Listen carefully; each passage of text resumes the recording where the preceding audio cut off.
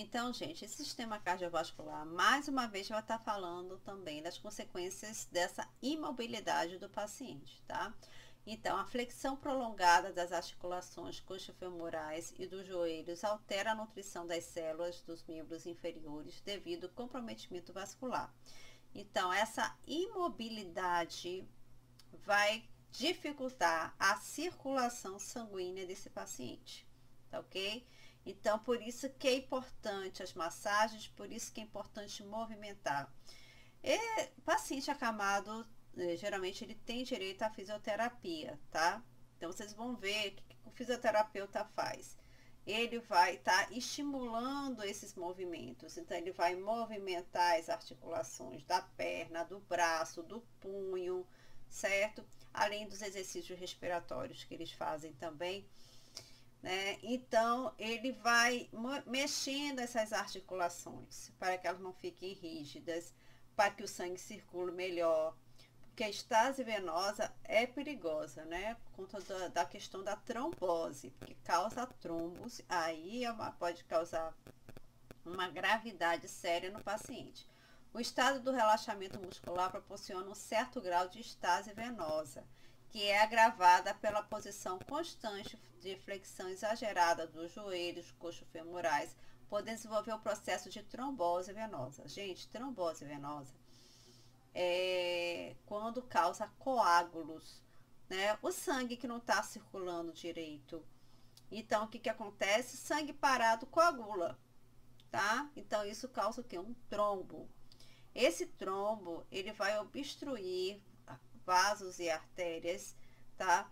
Podendo causar problemas gravíssimos. Por exemplo, um pedaço desse trombo pode se deslocar para a artéria pulmonar e causar um tromboembolismo pulmonar. Isso pode causar uma parada cardiorrespiratória, tá? Um coágulo desse pode ir para o cérebro e causar um acidente vascular cerebral. Então, é muito grave essa questão de estase venosa, né? Estase venosa é o que? O sangue que não está circulando bem, que pode causar o que? A trombose. Então, por isso que esse paciente paciente acamado necessita de movimento. Se ele não tem condições de se movimentar sozinho, a enfermagem, junto com a fisioterapia, também precisa movimentar esse paciente. Essa posição pode proporcionar não só estase venosa, como também as escaras de decúbito, que eu já falei, por causar diminuição da circulação sanguínea nas proeminências ósseas, né? É muito complicado isso, por isso que a gente precisa mobilizar. As escaras influenciam nas limitações físicas e ainda aumentam o tempo de permanência do paciente no leito. Que às vezes assim, o paciente internou, mas é um paciente idoso, internou porque está com pneumonia, tá?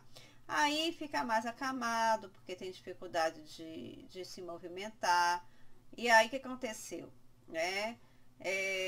Esse paciente abre uma escara, vamos dizer, região sacra. Nossa, aí que ele vai ter que ficar mais tempo. Então, às vezes o internamento que era para durar uns 15 dias, vai durar um mês e meio, 2 meses. E aí, por estar acamado, ele vai acabar desenvolvendo outras infecções, certo? Principalmente na escara, né? Que já está aberta, tá? Essa escara, se não for bem cuidada, ela pode chegar até o osso, causando uma osteomielite. Osteomielite é mais um mês para tratar, no mínimo, certo? Então, são muitas complicações que o paciente pode ter por conta de uma escara, tá? Por isso que a gente precisa evitar essa escara, tá? Então, a mudança de decúbito deve ser incluída nos planos de assistência de enfermagem. Este é um dos recursos que se deve utilizar consciente e sistematicamente para proteger o paciente contra dano secundário da hospitalização. Então, aqui é uma pessoa, né, de saúde já mobilizando esse paciente. Então, é um cuidado constante que a enfermagem precisa ter. Aqui, gente, eu coloquei paciente que fica acamado, tá? Aqui na região dorsal. Que pontos que ele pode abrir escara se a gente não mobilizar esse paciente? A mais comum aqui é a região sacra, tá? mas são vários pontos, ó. Esses pontos, gente, geralmente são mais de proeminências ósseas, tá? Perto do osso, que é onde mais abre. Então, em qualquer posição que esse paciente fique, aqui, ó, posição dorsal, lateral, ventral, né? E aqui, ó, o paciente que ficar muito tempo sentado, em qualquer posição que esse paciente ficar por muito tempo, vai abrir escara se a gente não tomar cuidado, tá? Então, quando a gente observa que vai abrir escara, já começa uma hiperemia, que é uma vermelhidão, tá? Aí a gente já tem que entrar com a ação aí de já passar, geralmente é o Dersane, que a gente falou na aula passada, né? Já passa um Dersane, já coloca um coxinha aqui, ó, já diminui essa pressão desse paciente, tá? Para que não abra essa escara. Tem um colchão que a gente chama colchão pneumático, que daqui a pouco eu vou estar mostrando para vocês. Esse colchão pneumático, ele vai alterando as áreas de pressão, tá? Então, um colchão especial que ele vai estar enchendo de ar e vai estar alterando as áreas de pressão. Então, ele é muito bom para evitar escara. Só que ele tem um custo, né?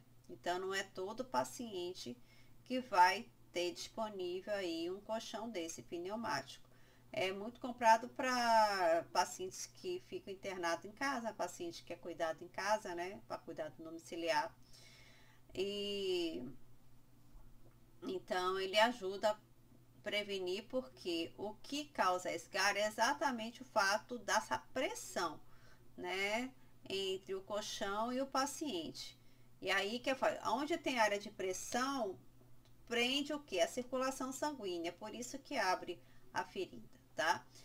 E aqui vocês podem achar em algumas unidades de saúde esse tipo um reloginho de mudança de decúbito, tá?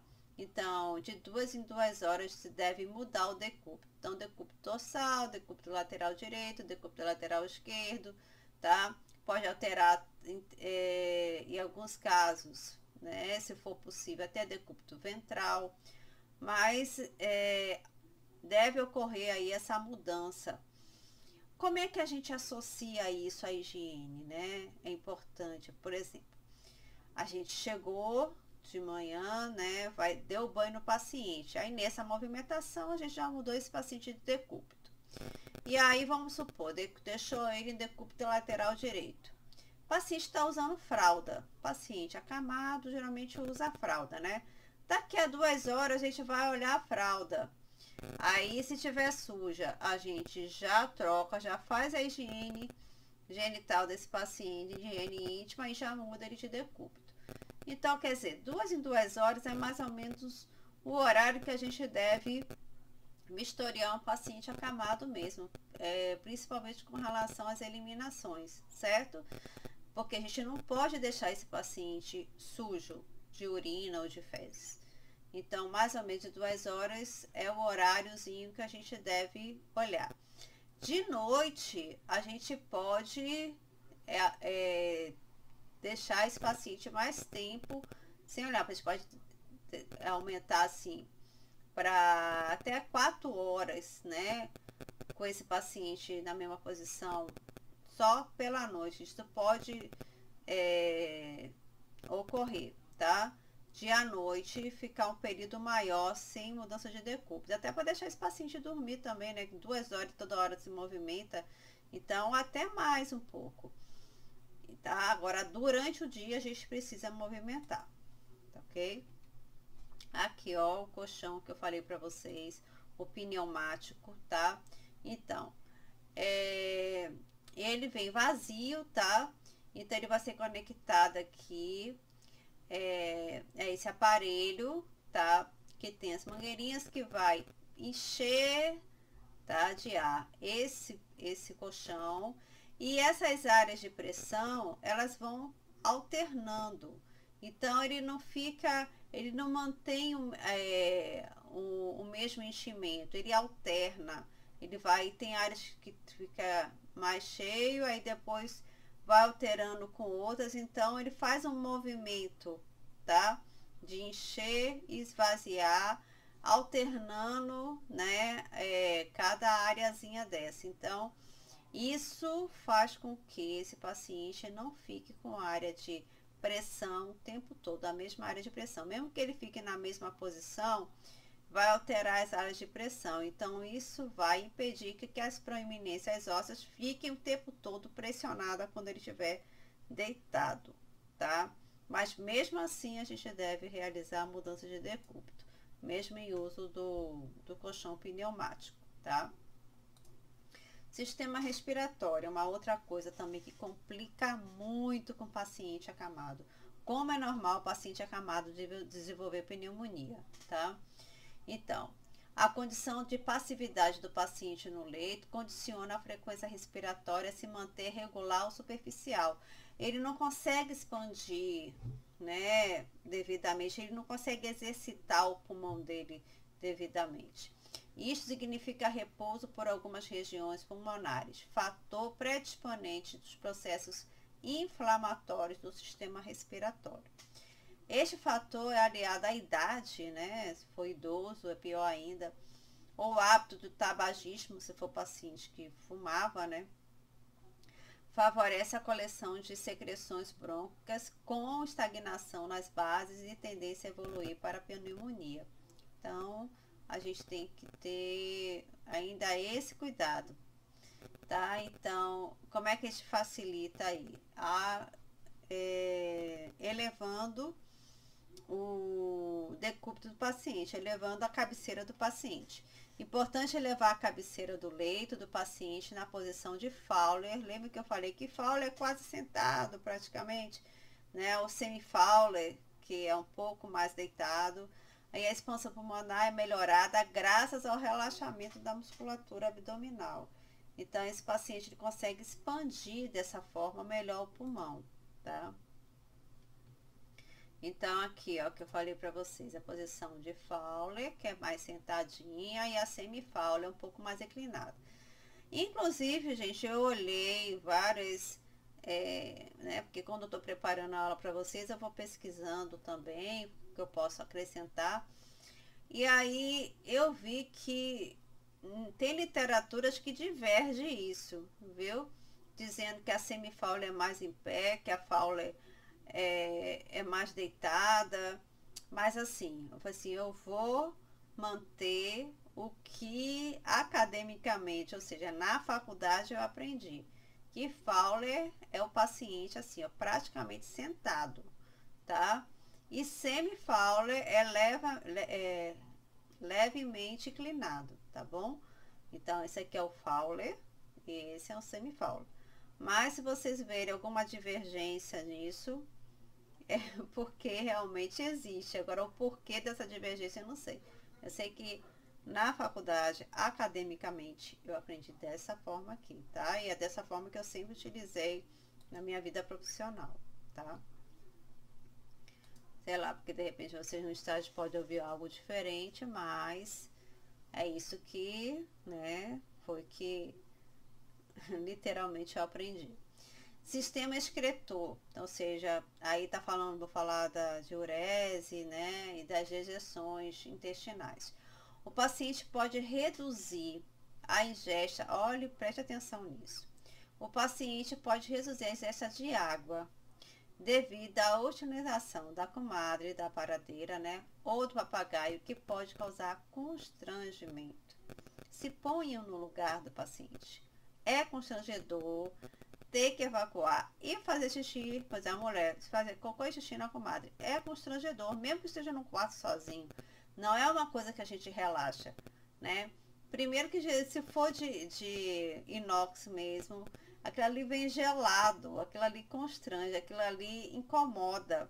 Não é nem uma posição confortável, né? Aquilo ali não é muito anatômico. Chegar e colocar aquela comadre, né, nas costas da gente e a gente tem que fazer xixi e cocô ali, é uma situação constrangedora, sim, né? Eu já vi muitos pacientes terem dificuldade, principalmente de evacuar com a comadre. É difícil, tá? Não é uma posição muito confortável. Então, a enfermagem tem que auxiliar muito bem, ter muito jeito para que o paciente possa conseguir relaxar e utilizar, né, o papagaio, né, no caso dos homens, e também a questão da paradeira. Isso pode fazer com que o paciente cause alguns problemas vesicais, como infecção urinária. Outro problema sério de eliminação vesical é a incontinência, especialmente em paciente idoso. É muito comum, no entanto, verificar que este tipo de paciente não é incontinente, mas sim tem uma capacidade vesical limitada e não consegue conter a urina, senão por pequeno espaço de tempo. Então, às vezes ele nem tem um problema realmente de incontinência, tá? Mas ele tem uma incapacidade vesical, ou seja, a bexiga dele não comporta muita urina. Então, quando está né, um pouco mais cheia, porque o paciente idoso, gente, eles vão dar ainda geriatria, tá? Ele vai perdendo a capacidade de vários órgãos. Uma dessas é do órgão do sistema urinário. A bexiga, ela é uma musculatura, certo? Que ela estica e contrai, tá? Quando a pessoa é mais nova, ela tem uma boa elasticidade dessa bexiga, certo? Então, ela estica bem, aguenta uma quantidade boa de urina, tá? Aí, quando ela tá bem esticadinha, que dá vontade de urinar. E aí te urina bem.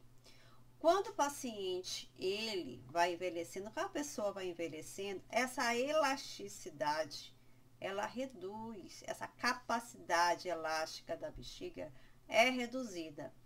Então, às vezes, o que acontece com o paciente idoso? Esticou um pouquinho, já deu vontade de urinar. Ele não aguenta segurar a urina muito tempo. Não é porque ele tem incontinência urinária. Que a incontinência urinária, ela vem do meato urinário, da musculatura, do esfíncter uretral. Não sei se vocês lembram disso, se vocês deram o sistema excretor, sistema urinário. A gente tem o meato urinário, tem o esfíncter, tá? O esfíncter interno e externo, tá? Então, quando realmente a pessoa tem uma incontinência urinária, é porque ela não tem controle no esfíncter, o esfíncter urinário. Então, não consegue conter ali a urina. E aí, por não conseguir conter, né, o esfíncter fica mais relaxado, a pessoa urina. Mesmo a pessoa tenta controlar, mas não consegue, a urina sai, tá? Mas, às vezes, no caso do idoso, o problema nem está ali no esfíncter. O problema está na bexiga mesmo, que ela não perde essa elasticidade. Então, ela estica até o máximo que ela consegue, só que ela não consegue esticar mais, então já dá vontade de urinar. Então, muitas vezes, é isso que acontece com o idoso. Espero que vocês tenham entendido, viu? Se não entender, anote aí para me perguntar depois, para eu explicar novamente. Retenção urinária comumente é observada nos pacientes pós-operatório, nos pacientes neurológicos e naqueles que receberam grande quantidade de líquido em pouco espaço de tempo. Então, retenção urinária é aquele paciente que não consegue urinar. Já é o contrário da incontinência, né? A incontinência urina sem sentir, né? A urina não consegue ter controle. Já a retenção urinária já é o inverso. O paciente não consegue urinar, tá? Muitas vezes isso pode ser uma reação da cirurgia, tá? Muitas vezes por causa da anestesia, pode ter a ver aí algum fator aí que atrapalhe, né, esse relaxamento do esfíncter, então não consegue urinar. Então, pacientes neurológicos, por quê? A questão da urina, de urinar, tem a ver também com o sistema neurológico, tá? Então, são os neurônios que estimulam, que dá vontade de urinar, e o sistema nervoso central e o sistema nervoso autônomo, que vai estar relaxando os esfíncteres, tá? Que eu falei para você do esfíncter. Tem o esfíncter interno e o esfíncter externo.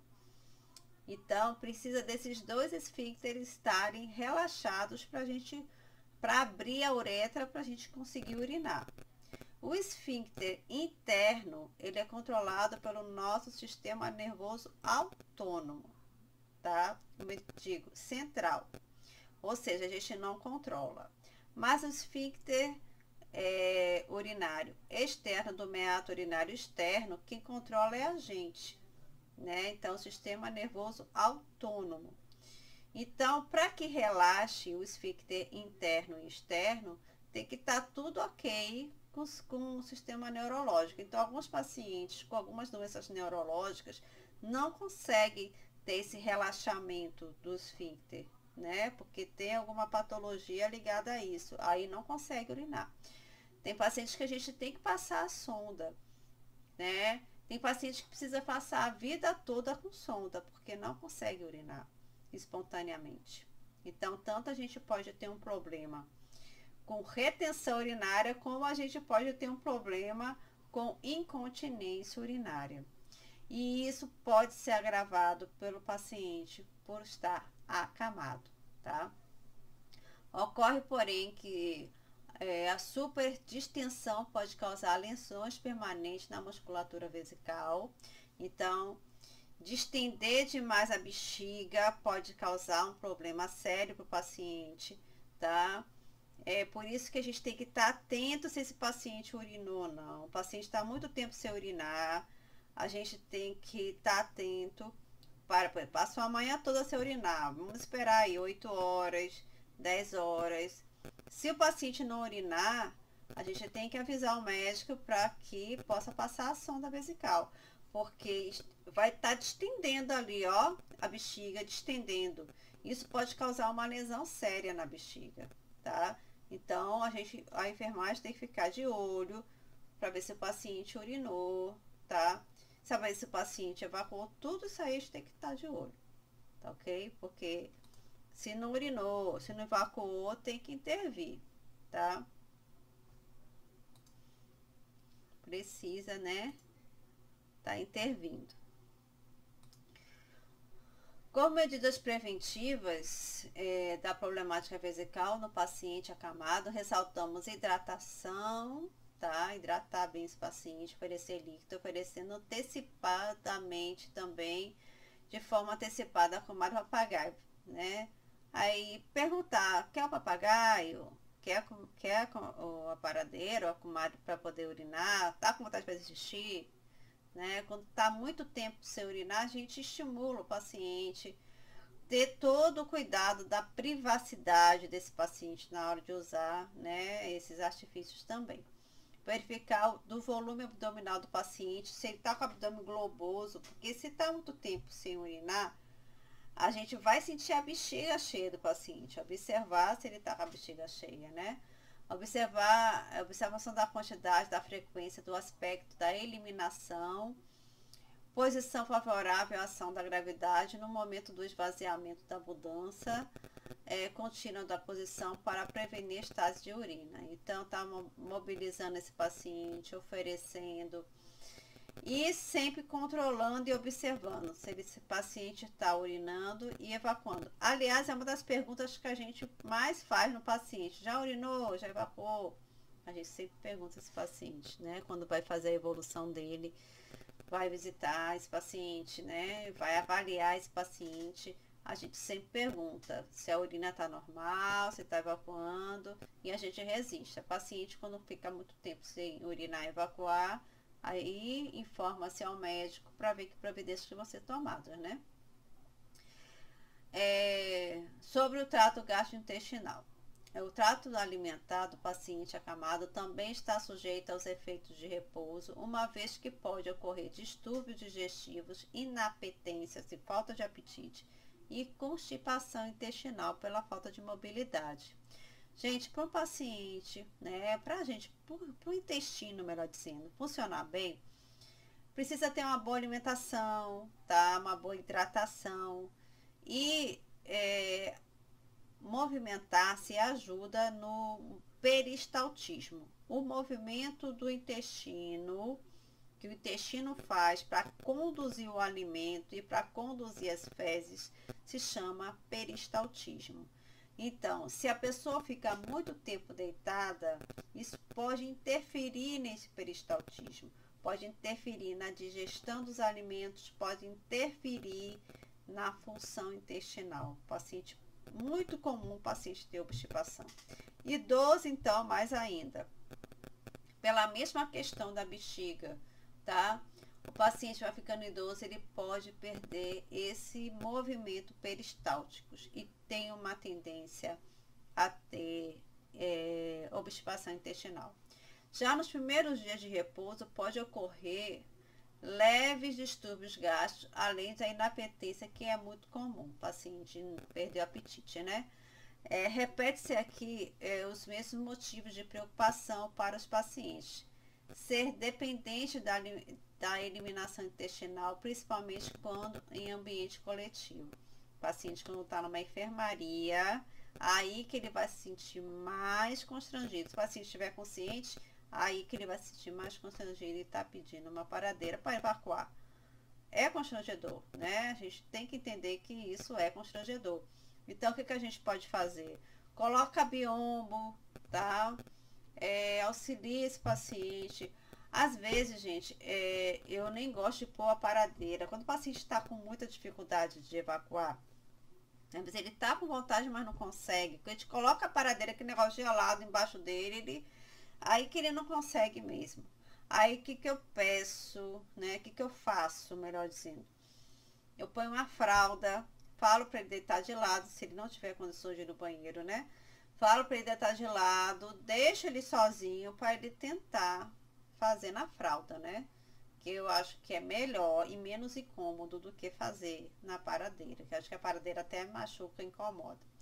Com o intuito de restringir o uso da pomada, alguns pacientes diminuem as suas refeições ou inibem o reflexo da evacuação. Então, porque é incômodo. Então, a gente tem que saber, né, o que a gente pode fazer para reduzir essa dificuldade que o paciente possa apresentar. As consequências imediatas da constipação intestinal, que tem como causas a ausência da redução dos movimentos musculares, mudança de ambiente, mudança de hábitos alimentares e de eliminação. Isso não só no internamento, né? Quantas pessoas quando viajam não conseguem ir no banheiro? Mudou de ambiente, mudou de casa, mudou a alimentação. Então é muito normal que ocorra isso mesmo. A posição do paciente sobre a comadre não favorece a ação dos músculos abdominais e da ação da gravidade. Foi o que eu falei para vocês. Às vezes é uma posição completamente incômoda e nada anatômica para a eliminação intestinal. Aconselha no momento da eliminação, além das medidas tradicionais de ordem psicológica, né? Manter a privacidade, deixar o paciente só, pedir para ele tentar relaxar, né? Proporcionar melhores condições físicas ao paciente através da elevação, se possível, da cabeceira da cama, ajuda, né? Colocação de um travesseiro em posição longitudinal nas costas, ajuda também, desde a região lombar até a cabeça. Flexão das articulações do coxo femoral, então fletir as pernas ajuda também, tá? E dos joelhos, porque tipo colocar o paciente de cócoras, só que apoiado. Isso ajuda. Quem não souber o que é a posição de cócoras, depois eu falo melhor na aula, tá?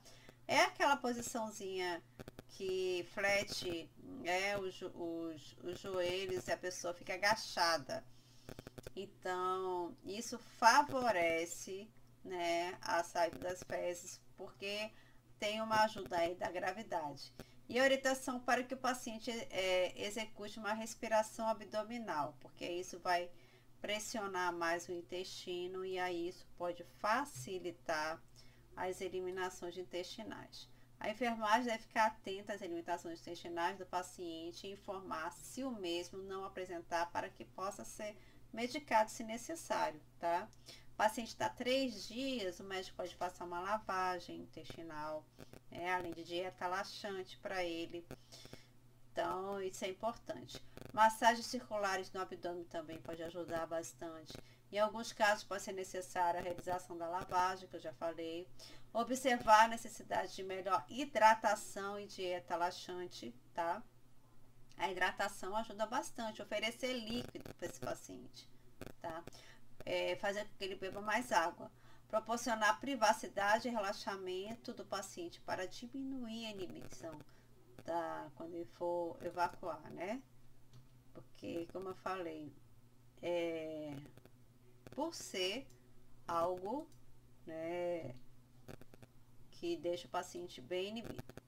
E concluindo, um dos objetivos da assistência de enfermagem ao paciente durante a terapêutica médica deve ser a manutenção da funcionalidade com as vistas à prevenção de perdas futuras, tá? Então, a gente deve prestar todos os cuidados que a gente falou nessa aula de hoje para prevenir doenças como infecção urinária, como uma obstipação intestinal, como lesões na pele, tá? Através da aplicação de princípios da mecânica corporal, da mudança sistemática da posição do paciente no leito e da realização dos movimentos passiva e ativa, pode-se prevenir deformidades que impõem limitações ao indivíduo para realizar determinadas atividades. Então, a gente movimentar esse paciente e, se possível, esse paciente também ter uma movimentação voluntária, tá? Isso contribui bastante para que ele diminua bastante a possibilidade de deformidades, tá? E de complicações.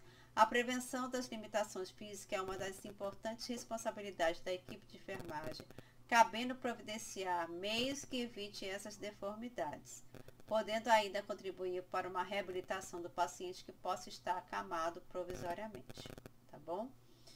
Então, gente, a reabilitação do paciente acamado é muita da responsabilidade da enfermagem, tá? Aqui é uma figura que está mostrando aqui, né, um paciente que está reaprendendo a andar, certo? Provavelmente porque ficou muito tempo deitado, e essa recuperação é importantíssima. O paciente, ele vai tomando confiança, ele vai melhorando a autoestima, né? E cada vez mais nessa reabilitação, a gente deve fazer que esse paciente faça o maior número de procedimentos sozinhos, um autocuidado sozinho, tá? A gente, cada vez mais, a enfermagem deve ir só auxiliando, tá? Porque nem todo paciente acamado vai ficar a vida toda acamado. Ele pode ter essa parte aí da convalescência, dessa recuperação, e a gente precisa estimular esse paciente a melhorar cada vez mais, tá? Então é isso, gente. Com isso eu finalizo a aula, tá? E daqui a pouco a gente vai estar batendo papo sobre isso, tá? Até daqui a pouco.